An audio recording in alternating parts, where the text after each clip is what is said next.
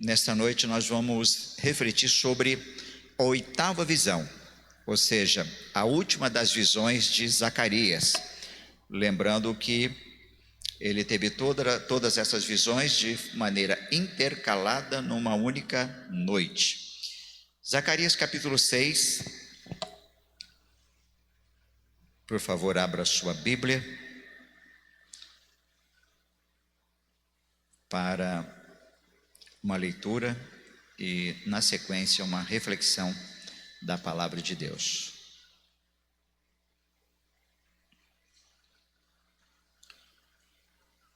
Todos encontraram? Podem dizer amém?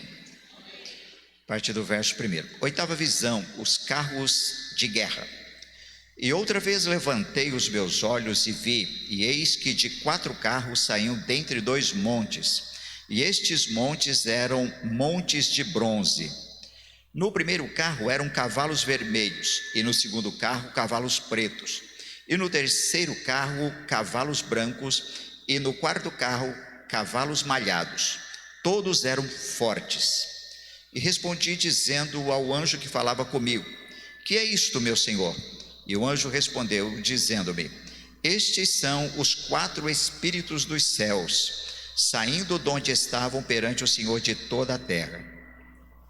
O carro em que estavam os cavalos pretos sai para a terra do norte, e os brancos saem atrás deles, e os malhados saem para a terra do sul.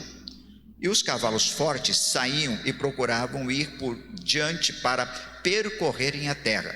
E ele disse: ide percorrer a terra. E percorreram a terra. E chamou-me e falou-me dizendo: eis que aqueles que saíram para a terra do norte fizeram repousar o meu espírito na terra do norte. E a palavra do Senhor veio a mim dizendo: toma dos que foram levados cativos, a saber, de Eldai, de Tobias e de Gedaías, os quais vieram de Babilônia, e vem tu no mesmo dia, e entra na casa de Josias, filho de Sofonias. Toma, digo, prata e ouro, e faze coroas, e pões na cabeça do sumo sacerdote Josué, filho de Josadaque. E fala-lhes dizendo: assim fala o Senhor dos exércitos, dizendo: eis aqui o homem cujo nome é Renovo. Ele brotará do seu lugar e edificará o templo do Senhor. Ele mesmo edificará o templo do Senhor, e ele levará a glória, assentar-se-á no seu trono, e dominará, e será sacerdote no seu trono, e conselho de paz haverá entre ambos os ofícios. E estas coroas serão para Elém, e para Tobias, e para Gedaías, e para Eim, filho de Sofonias, como memorial no templo do Senhor. E aqueles que estão longe virão e edificarão no templo do Senhor. E vós sabereis que eu, o Senhor dos exércitos, me tenho enviado a vós. E isto sucederá assim, se diligentemente ouvirdes a voz do Senhor vosso Deus. Sentado como você está, peço que você curve a sua cabeça e coloque a mão no seu coração. Vamos orar.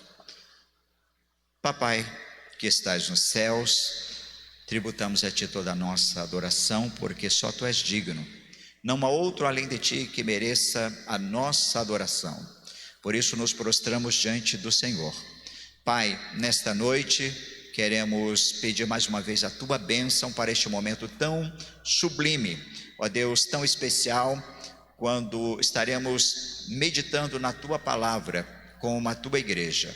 Eu conto desta vez, como em todas as outras, com a graça do Senhor, com a sabedoria do alto, com a autoridade de Cristo e com a unção e o poder do Espírito Santo, para este momento tão importante de reflexão na Tua palavra, em nome de Jesus. Amém. Queridos irmãos, quero neste momento inicial lembrá-los da situação vivida pelos judeus na ocasião em que esse texto foi escrito. Vocês sabem muito bem de que eles ficaram cativos na Babilônia durante 70 anos por um pecado muito comum entre eles na época, que foi o pecado da idolatria. E durante esses 70 anos, eles abandonaram a terra claro que por consequência natural, e a terra, ou seja, a cidade de Jerusalém, ficou completamente abandonada. Quando eles retornaram para Jerusalém, eles se depararam com uma situação lastimável. O templo havia sido destruído, a cidade também totalmente destruída, e eles iniciaram então um processo não apenas de restauração e reconstrução de suas casas, como bem do templo, que era a maior prioridade dada a eles pelo Senhor. Então eu quero que você se imagine agora, dê asas à sua imaginação e se imagine num cenário como este. Você sai da sua casa, você sai da sua cidade durante algum tempo, e quando você volta, você se depara com a sua casa totalmente demolida. Você percorre a sua cidade e percebe que todas as casas, todos os comércios, todas as catedrais foram completamente demolidas. A situação seria realmente lastimável num quadro como este. Mas não apenas demolição. Eu quero que você entenda nessa noite que quando eles retornaram, os recursos eram totalmente escassos. Não havia trabalho, não havia produtividade, não havia recursos. Logo, a fome e a escassez foram também implantadas na vida dos judeus ao longo daquele período. Então eles passaram por escassez, falta de recursos, fome, além do mais, desgastes físicos, porque eles ao longo do dia tentavam reconstruir suas casas e o templo, desgastes físicos tremendos, e como se não bastasse também desgastes emocionais, porque era uma verdadeira batalha.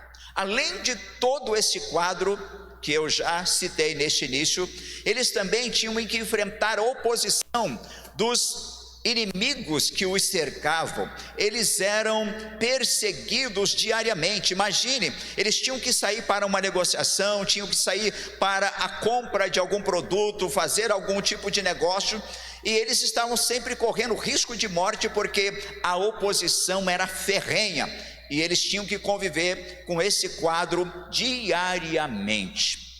Mas aí que entra exatamente a visão do profeta Zacarias no capítulo 6. O livro de Zacarias se divide em duas partes. Até o capítulo 6, as visões, uma série de 8 visões. E do capítulo 7 em diante, os textos passam a ser messiânicos, proféticos, falam até mesmo de uma visão futurística que se encaixam também com o livro de Apocalipse, tanto que Zacarias é chamado, repito, de o Apocalipse do Antigo Testamento. E surge então essa 8ª visão dos carros que tinham os seus cavalos, mas eram diferentes esses cavalos e esses carros, porque eles não surgiram do acaso, eles foram enviados dos céus. Ou seja, o Zacarias viu esta visão, e quando ele pergunta ao anjo, o intérprete, ele percebe que esses carros e esses cavalos, eles são oriundos dos céus, do trono de Deus, das mansões celestiais.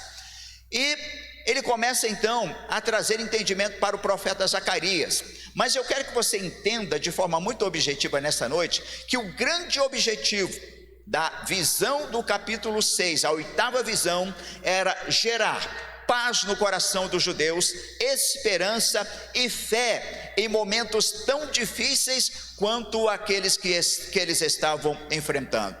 Queridos, não é fácil, não é tarefa fácil quando nós estamos enfrentando intempéries, quando nós estamos enfrentando turbulências, quando nós estamos enfrentando as tempestades da vida. Não é fácil conservarmos a nossa fé. Eu sempre digo que fé em tempos de bonança é muito fácil, fé em tempos de paz no lar é muito fácil, fé em tempos de conta bancária estável é muito fácil, fé em tempos de paz interior é muito fácil, mas fé em tempos difíceis não é fácil, mas é exatamente o desafio que nós temos como cristãos, porque é nos períodos de crise que nós apresentamos a nossa fé genuína a Deus, e Ele percebe a grandeza ou a pequenez da nossa fé.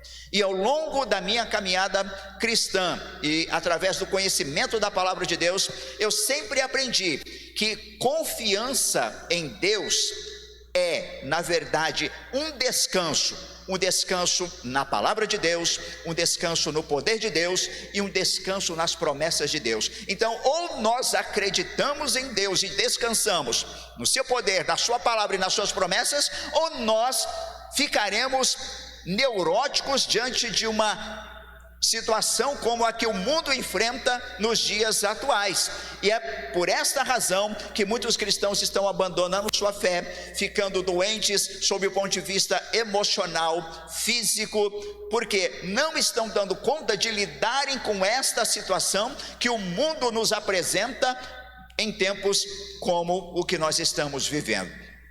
Mas aí o Zacarias mostra para aquele povo algumas coisas muito importantes à luz dessa visão, que nós vamos destrinchá-la dentro de alguns minutos. Então eu quero que você entenda que o Zacarias poderia apresentar através da sua visão, ou Deus apresentar através de Zacarias, algumas coisas muito interessantes, porque hoje as pessoas querem conservar a sua fé pensando em doutrinas de prosperidade. Outras pessoas querem manter a sua fé com campanhas semanais para receberem uma bênção, mas eu percebo que essas pessoas não conseguem manter a fé porque elas estão apenas atrás de uma bênção, atrás de prosperidade, e logo elas acabam se frustrando de alguma forma e elas acabam naufragando na fé. Mas sabe o que eu aprendo aqui nesse texto? É que Deus apresenta-se a si mesmo, ou seja, e o Zacarias, através da interpretação do anjo, ele apresenta a própria doutrina de Deus.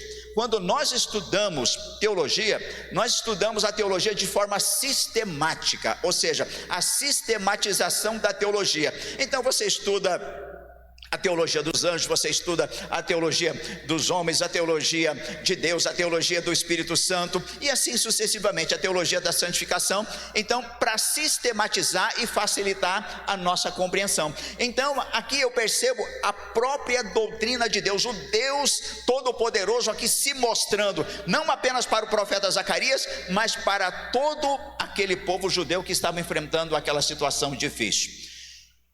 E na verdade, o que Deus quer nos ensinar através dessa visão, basicamente é o seguinte: como manter a fé em circunstâncias desfavoráveis. Como é que nós podemos manter a nossa fé diante de circunstâncias desfavoráveis?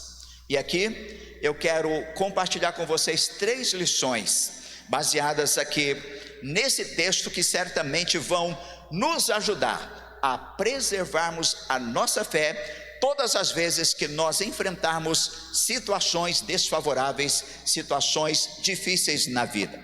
Qual é a primeira lição desta noite? Nós precisamos aprender, à luz desse texto, que Deus governa a história, que Deus tem o controle da história em suas mãos.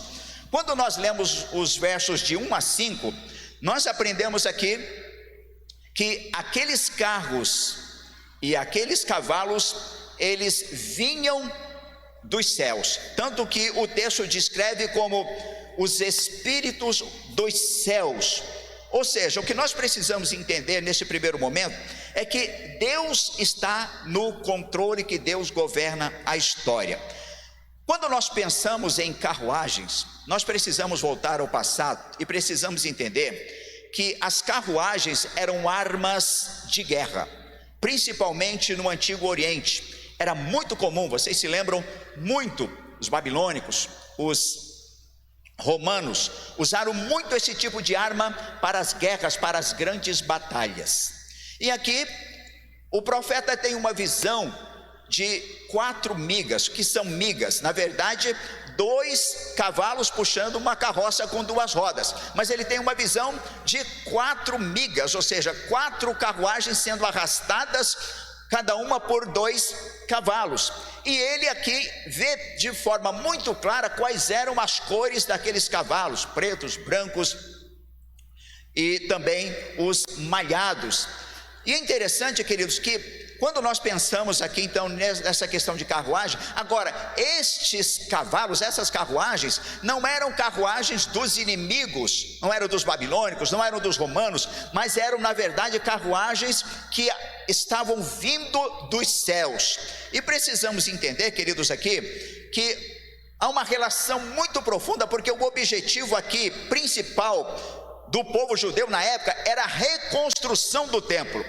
Era a reconstrução do templo, e Deus estava então socorrendo o seu povo, animando e fortalecendo a fé deles, para que eles restaurassem suas casas, suas famílias. Mas o templo era muito importante para o povo, e o templo havia sido destruído. E quando nós lemos o primeiro livro dos Reis, capítulo 7, a partir do verso 13, é por isso que nós precisamos entender a correlação do texto à luz da hermenêutica. Se você ler, você vai ver no primeiro livro dos Reis que o primeiro templo foi construído por Salomão.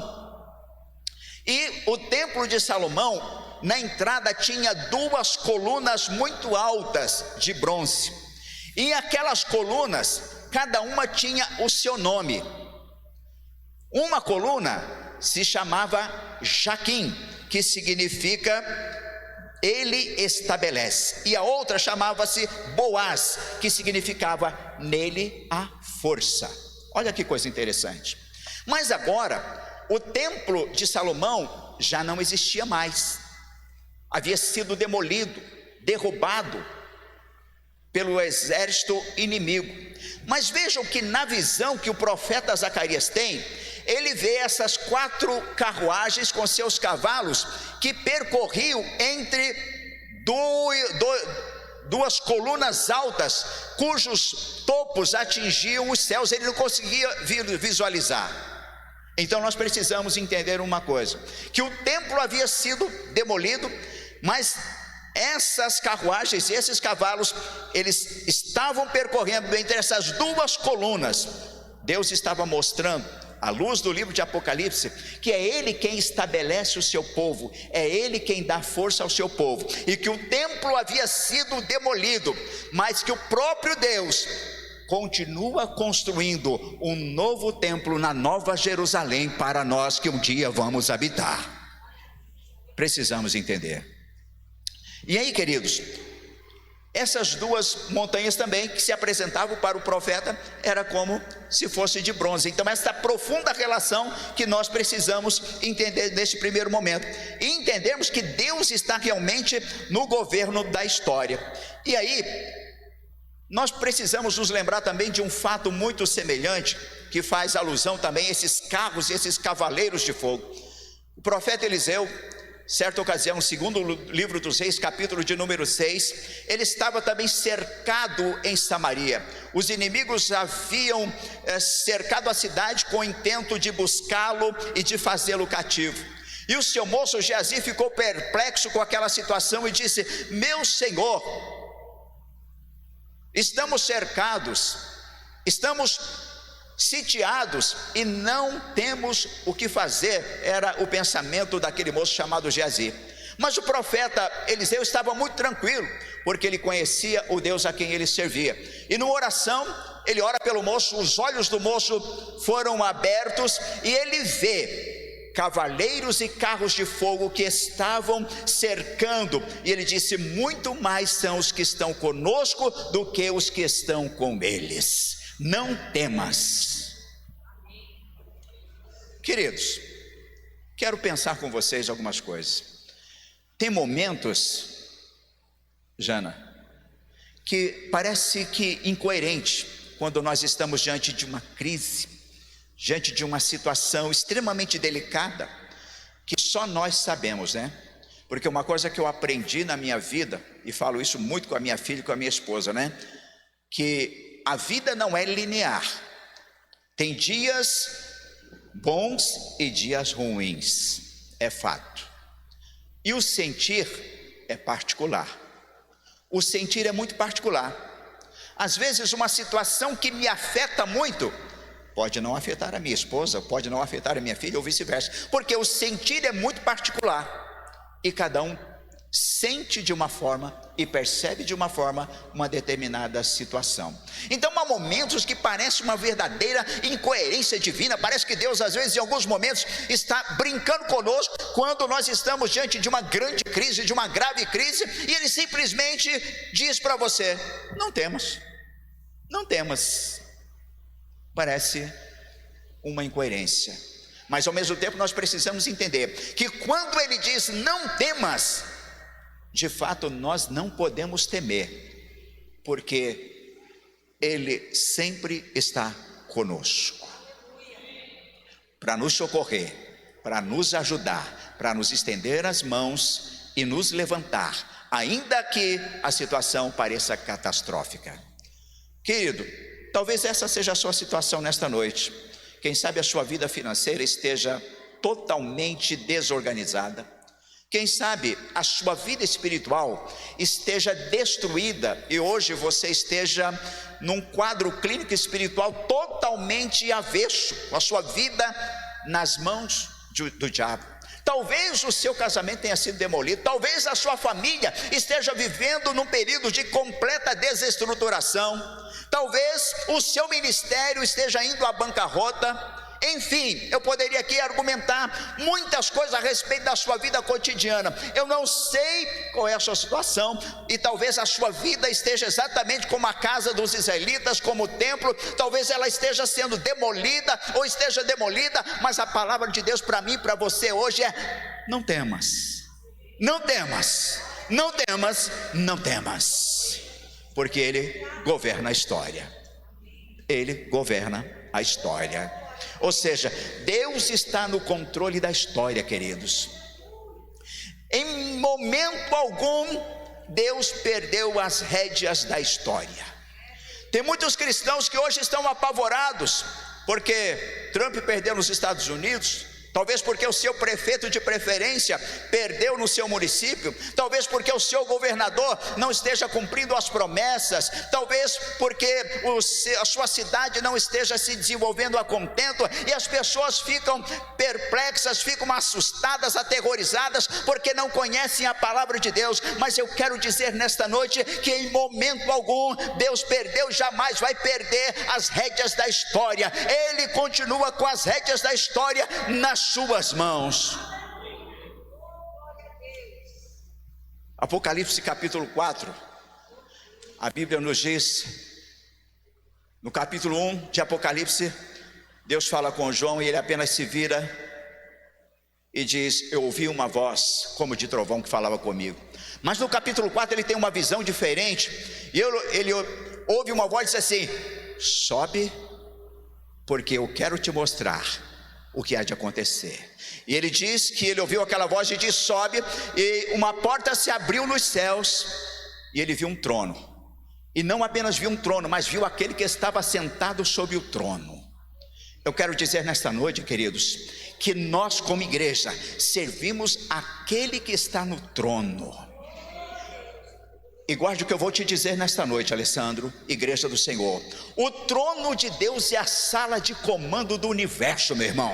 Por mais que os poderosos achem que tem o poder nas mãos, que tem o controle das nações, que tem o controle do mundo, que tem o controle das finanças, que tem o controle do poder, eu quero continuar afirmando para você que Deus é aquele que nunca perdeu as rédeas da história, e todo o poder está nas mãos dele, e ele não perde o controle. Ainda que as pessoas pensem, Deus não perde as rédeas da história, inclusive a sua história. Talvez hoje vocês tenham entrado aqui pensando que Deus perdeu as rédeas da sua história, que a sua vida é uma catástrofe, que a sua vida é uma lástima, que a sua vida é um fracasso, que a sua vida é uma vergonha, que tudo se findou, que tudo se acabou. Mas esta noite eu me levanto como profeta de Deus para a sua vida, para te dizer: nada acabou, nada acabou. Sua vida não é um fracasso, sua vida não é uma vergonha. Sabe por quê? O Deus a quem eu sirvo, Ele tem o controle da história da sua vida, e hoje Ele te trouxe aqui para dizer: eu tenho o controle da tua história, e está chegando o tempo da tua vitória.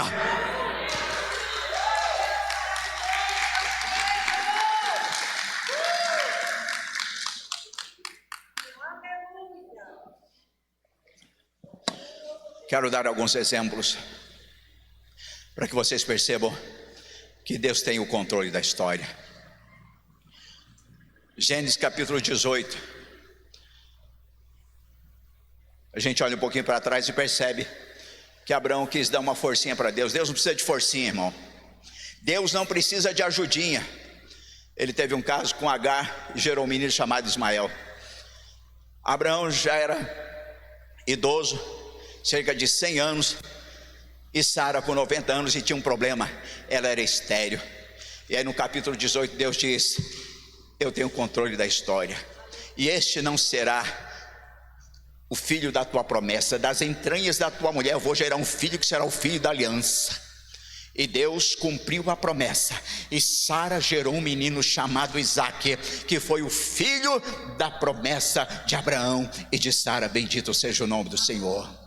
Queridos, há momentos que nós estamos diante de situações que parecem impossíveis para os homens, mas para o nosso Deus não há impossíveis. Sabe por quê? Ele tem o controle da história, meu irmão. Ele tem as rédeas da história nas suas mãos, e é capaz de visitar o ventre de uma mulher idosa e fazer um homem idoso ser fecundo e cumprir a sua promessa, porque Deus é poderoso e Ele é aquele que governa todas as coisas. Olhamos para um outro exemplo da Bíblia Sagrada, 2 Samuel capítulo 4 e capítulo 9, a história de Mefibosete. Olha que coisa interessante. Quem era Mefibosete? Filho de Jonatas, neto de Saul. Saul foi um dos maiores inimigos da casa de Davi e de Saul. Vocês sabem que ele perseguiu Davi terrivelmente. Mas agora Saul estava morto, e aí o rei pergunta: tem alguém ainda da casa de Saul? Porque Jonatas era amicíssimo de Davi. E alguém diz assim: tem um moço chamado Mefibosete. Quem é ele? Filho de Jonatas, teu grande amigo. Onde ele está? Ele está na terra de Lodebar, que era um lugar cujo significado é abandono, lugar da humilhação, do abandono, lugar do esquecimento. Era um lugar habitado apenas por mendigos, por pessoas pobres, por pessoas miseráveis. E aí o rei Davi diz: chame esse moço para entrar. Quando ele entra pelas portas, o rei pergunta: Mefibosete? Sim, aqui é teu servo. A partir de hoje você comerás na mesa do rei todos os dias da tua vida.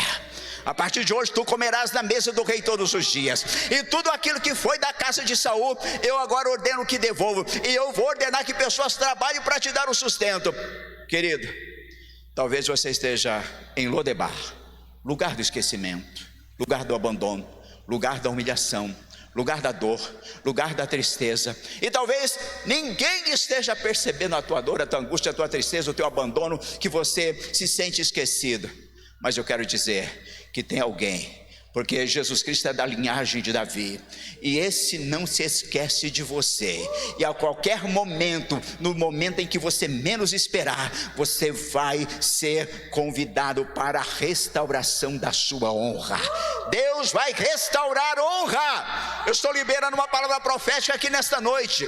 Tem muita gente que está em Lodebar, lugar de esquecimento, se sentindo abandonado, amargurado, triste, mas hoje eu sou profeta de Deus para a sua vida. Lodebar vai acabar na sua vida, e você vai se assentar na mesa do rei e comer o melhor durante todos os dias da sua vida, porque o nosso Deus é um Deus poderoso, é um Deus que tem o controle da história nas mãos, ainda que nós não entendamos. Os caminhos de Deus são indecifráveis. Guarde isso. Os caminhos de Deus são indecifráveis, Juninho.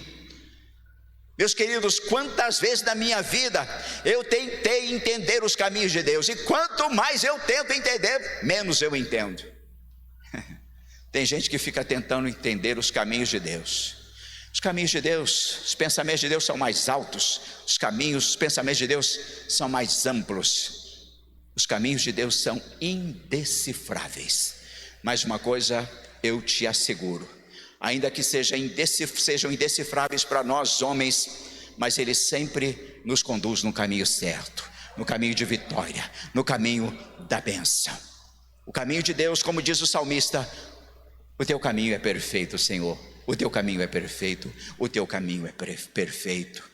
Queridos, Deus tem o controle da sua história de vida nas mãos dele. Por mais que você não entenda em alguns momentos, mas Deus está olhando para você e dizendo assim: eu não te abandonei, você não está sozinho nesta luta. Sabe por que você está sentindo aí assim? É porque eu estou cuidando, senão você já teria morrido. Eu estou cuidando de você. Quero te dar um outro exemplo. Daniel capítulo 4. Um rei orgulhoso, prepotente, rei do maior império de todos os tempos, Babilônia, rei Nabucodonosor, orgulhoso, prepotente, não ouviu a voz de Deus, e Deus falou assim: quer conversar comigo? Sabe o que aconteceu com ele? Deus permitiu, ele perdeu o entendimento, a compreensão, e ele foi pastar. Sabe o que é pastar? Igual um animal. Nabucodonosor passou a comer capim como uns animais. O pelo se desenvolveu no seu corpo, as suas unhas cresceram como um animal. Ele rastejava e comia capim, porque ele perdeu o entendimento, perdeu a lucidez. Mas para mostrar que Deus está no controle da história, quando ele recobrou o entendimento, ele disse: a partir de hoje, o Senhor é Deus, a Ele toda honra, a Ele toda glória, a Ele toda adoração. Eu reconheço que não há Deus além de ti no planeta Terra. E o rei se rendeu, porque Deus está no controle. Deus é aquele que governa, bendito seja o nome do Senhor. E para traçar um paralelo, aí você olha para Gênesis capítulo 40 e você vê um moço chamado José, de 17 anos, fica 13 anos preso, e aí ele vai para a prisão por causa de uma calúnia que não foi verdade. A mulher investiu nele, ele fugiu para não pecar, mas por causa disso ele foi preso. Mas depois o faraó o chama para interpretar os seus sonhos, e ele interpreta, e ele diz assim: você precisa de um homem sábio para administrar o que eu estou dizendo para você, 7 anos de fartura e 7 anos de fome. E aí o faraó diz assim: mas eu não tenho outro a não ser você. Mas o paralelo que eu quero mostrar para você é que Deus tem o controle da história. Ele faz um rei comer capim com os animais, e ele faz de um presidiário governador no outro dia. Vou repetir: ele faz um rei orgulhoso e prepotente comer capim e pastar com os animais, mas ele é capaz de pegar um prisioneiro desacreditado e fazer dele um dos maiores governadores de todos os tempos, cheios do Espírito Santo. Talvez hoje você esteja olhando para a tua vida, talvez você esteja nas prisões da vida, nas prisões da tua alma, nas prisões da tua angústia, da tua tristeza. Mas meu irmão, Deus pode mudar a tua história num piscar de olhos. Numa noite, o Davi estava matando o leão e matando o urso. 24 horas depois que ele mata o Golias, ele está lá como rei de Judá, e depois 7 anos ele se torna o rei de Israel. Queridos, Deus é aquele que tem o controle da história nas suas mãos. Nessa noite eu quero ser profeta de Deus para a sua vida. Deus não perdeu o controle, as rédeas da história da sua vida. Há momentos que parece que ele perdeu, parece que a gente está solto na história, mas mesmo assim, queridos, ele não nos perde de vista, ele não solta as rédeas.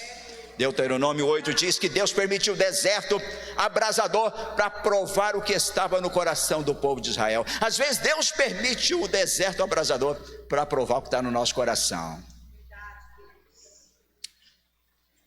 Segundo lugar, eu quero que você entenda o que esse texto nos diz através dessa visão. Como manter a nossa fé quando as situações são desfavoráveis. Segundo, entenda e confie na absoluta soberania de Deus. Você vai entender um pouquinho isso. Confiança na absoluta soberania de Deus. Os versos 5 a 7 mostram que aqueles carros e aqueles cavaleiros foram enviados pelos céus para percorrer toda a terra, cada um numa direção, com o objetivo de alcançar toda a terra, porque diz: Ele é o Senhor de toda a terra. Isso implica em soberania. Sabe o que é soberania? É alguém que não reconhece alguém além de si, que tem mais poder, que é Senhor, que tem mais autoridade. Esse é o nosso Deus, não alguém maior do que Ele, não alguém com mais poder do que Ele. Certa ocasião, alguém disse: está aqui alguém que é maior do que Salomão. Salomão foi sábio, foi rico, mas disseram: está aqui quem é maior do que Salomão. Queridos, a soberania de Deus, nós precisamos entender de uma forma realmente verdadeira e profunda. E eu quero que você entenda, quando a gente pensa em soberania de Deus, as pessoas criam muitas polêmicas quando tratamos do assunto soberania de Deus e livre-arbítrio. Mas como? Por que é que tantas coisas ruins acontecem? Por que tantos homens maus existem? Por que tanta violência? Por que tantas famílias se findam, se acabam? Eu preciso te trazer entendimento. Na verdade, o livre-arbítrio só vem solidificar e embasar ainda mais a soberania de Deus, porque só um Deus soberano poderia criar um ser segundo a sua imagem, conforme a sua semelhança, mas que tem o poder da vontade. Por quê? Deus não queria criaturas como se fôssemos controle remoto, movidas quando Ele quer, para onde Ele quer, na direção que Ele quer. Ele nos deu o livre-arbítrio, o poder da vontade. Eu decido, eu tenho o poder da decisão. Então solidifica ainda mais a soberania de Deus. Então eu quero que você entenda que livre-arbítrio e soberania de Deus dialogam, conversam entre si, porque livre-arbítrio não me interfere na soberania de Deus. Ele nos deu livre-arbítrio. Eu decido se eu quero servir a Deus ou não. Eu decido se eu quero ser um ministro de Deus ou não. Eu posso escolher. Reconheço o chamado, reconheço a vocação, mas Ele sabe que eu posso decidir: a partir de amanhã eu não quero, a partir do mês que vem eu não quero. É uma decisão pessoal, mas não implica na soberania de Deus, porque Ele é soberano e Ele sempre vai cumprir os seus propósitos. Nós às vezes retardamos algumas promessas, algumas propostas e promessas que Ele tem para nós, por conta da nossa negligência, da nossa desobediência, trilharmos caminhos tortuosos, mas não afeta a soberania de Deus. E eu quero dizer nesta noite que Deus vai sempre trabalhar na minha vida e na sua vida para cumprir os seus desígnios, e os desígnios de Deus não podem ser impedidos, meu irmão. Os desígnios de Deus não podem ser impedidos. Como é que a gente lida com a soberania de Deus e a vontade permissiva? Como é que a gente lida com isso? Será que isso também interfere na soberania de Deus? De modo algum. Sabe por quê? Vontade permissiva é quando nós tomamos decisões erradas, decisões equivocadas, e mesmo assim, queridos, claro que nós pagamos um preço alto pela nossa desobediência. Não tem conversa. Se você errar numa decisão, você vai colher os frutos da sua desobediência. A gente olha isso na vida de vários personagens bíblicos que sofreram por conta das decisões equivocadas que tomaram. Então, se você errar e fugir dos propósitos de Deus, você vai pagar um preço que talvez seja muito alto. Mas mesmo quando nós tomamos decisões equivocadas e que violam a palavra de Deus, isso não interfere na soberania de Deus. A gente olha, por exemplo, para o livro de Isaías e também Crônicas, a gente vê a vida do rei Ezequias. Ele estava enfermo e ele disse: Senhor, eu fui reto, eu fui um homem sincero, Senhor, acrescenta-me anos de vida, porque Deus havia enviado o profeta e dito para ele: coloca em ordem a tua casa, porque certamente tu morrerás. Mas ele argumenta a Deus: eu fui bom, eu fui reto, acrescenta-me anos de vida. E a Bíblia diz que o relógio de Acaz, ou seja, os graus que havia passado, eles voltaram 15 graus, era um relógio movido pelo sol. Ele voltou 15 graus e Deus acrescentou 15 anos de vida para Ezequias. Vontade permissiva. Você quer vontade permissiva? Você pode escolher. Agora, meu irmão, depois não vem reclamar do preço que você vai pagar. Porque esses 15 anos de vida, ele gerou um filho, e esse filho foi uma perdição para o povo, porque ele se tornou um feiticeiro, ele se tornou um agoureiro e colocou o povo na perdição. Então, olha só, vontade permissiva não interfere na soberania de Deus, mas a gente precisa entender que quando estamos na vontade permissiva, a gente pode colher problemas tanto pessoais, para as nossas famílias e para as pessoas que nos cercam. Então, a gente precisa entender que a vontade de Deus, ela é tríplice, ela é boa, perfeita e agradável. Ela é boa, perfeita e agradável. Ela gera paz aqui dentro, meu irmão. Ela gera paz aqui dentro e ninguém te tira, porque você tem paz, você tem paz. Queridos, nós precisamos entender que a soberania de Deus precisa ser um ambiente de segurança e de confiança para todos nós. Ou seja, Deus é aquele que é sempre poderoso para cumprir os seus desígnios. Para encerrar, terceira e última lição desta noite. Você quer vencer tempos difíceis? Aprenda sobre o repouso imperturbável de Deus. Pastor, de onde você está tirando esse negócio? O versículo 8 está dizendo que o Espírito de Deus repousou. Mas como assim? Como é que Deus repousou? Sabe por que é que Deus repousa? Porque Deus nunca foi e nunca será pego de surpresa. É por isso que Ele repousa. Nós, seres humanos, ficamos aflitos. O Trump perdeu. Deus falou assim: eu já sabia. O fulano aconteceu isso. Eu já sabia. Deus nunca é pego de surpresa. Por isso, Ele está em descanso imperturbável. Ninguém consegue perturbar o descanso de Deus. Quando você olha para o livro de João capítulo 6, olha que coisa interessante. Todo mundo perturbado, fome, miséria, deserto. E o que acontece? Meu Deus, não tem pão para alimentar essa multidão, mas tem um moço aí que tem 5 pães e 2 peixinhos, mas o que é isso para tanta gente? Ele perguntou assim, ele falou assim: eu perguntei só para experimentar a fé deles. Ele já sabia o que ia fazer. Ele já sabia o que ia fazer. Então Deus não é pego de surpresa. Ele já sabe o que vai fazer. Nessa noite eu quero dizer: Igor, descansa o teu coração. Ele já sabe o que vai fazer na tua vida. Patrícia, descansa o teu coração. Ele já sabe o que vai fazer na tua vida. Mari, descansa o teu coração, porque Ele já sabe o que vai fazer na tua vida.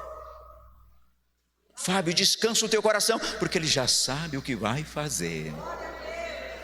Igreja do Senhor e BR Primavera, descansa, tenha paz, porque Ele já sabe o que vai fazer. Ele permite algumas coisas só para provar e testar que tipo de fé é a nossa. Que tipo de fé é a nossa. Mas Ele sempre saberá o que vai fazer.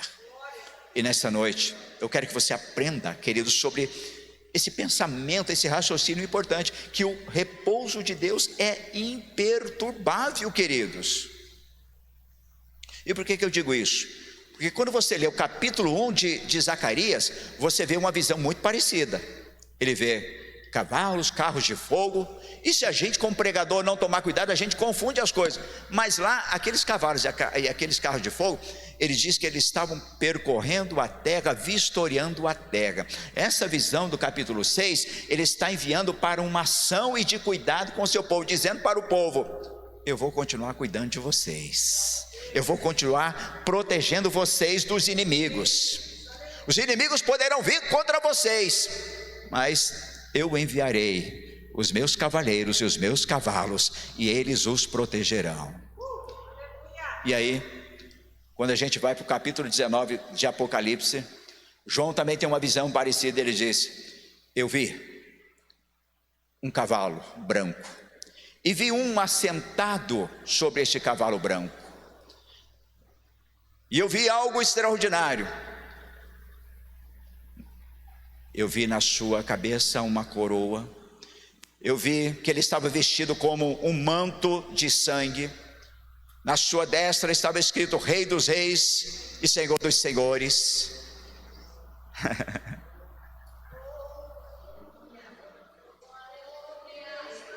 Oh, rabacanta, rabachuricanta, rabaxericanta.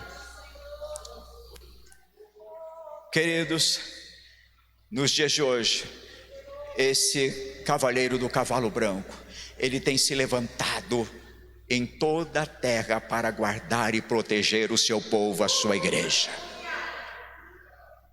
Alessandro, Cláudia, Ana Luísa, querida igreja, Eliane, nós não estamos na mão dos governantes, por mais que eles pensem que nós estamos, que estão nos domesticando, que estão nos fazendo usar máscaras, que estão nos apavorando por conta de um vírus. Queridos, nós estamos nas mãos do cavaleiro do cavalo branco. É ele que vem em nosso favor, é ele quem se levanta para nos proteger, para nos guardar. Se ele não nos guardar, meu irmão, não adianta nada. Se ele não nos proteger, ninguém nos protege. É por isso que eu descanso no cavaleiro do cavalo branco. É esse que estende as suas mãos, e quando ele estende a sua mão, os inimigos são desbaratados, as nações se rendem ao sopro e à palavra da sua boca. É nisso que eu creio, é nisso que eu acredito, e eu quero te levar a acreditar que você precisa confiar mais em Deus. Acredite que o cavaleiro do cavalo branco está aqui nesta noite. Bendito seja o nome do Senhor. Eu quero que você fique de pé e adore o Rei dos Reis e Senhor dos Senhores esta noite.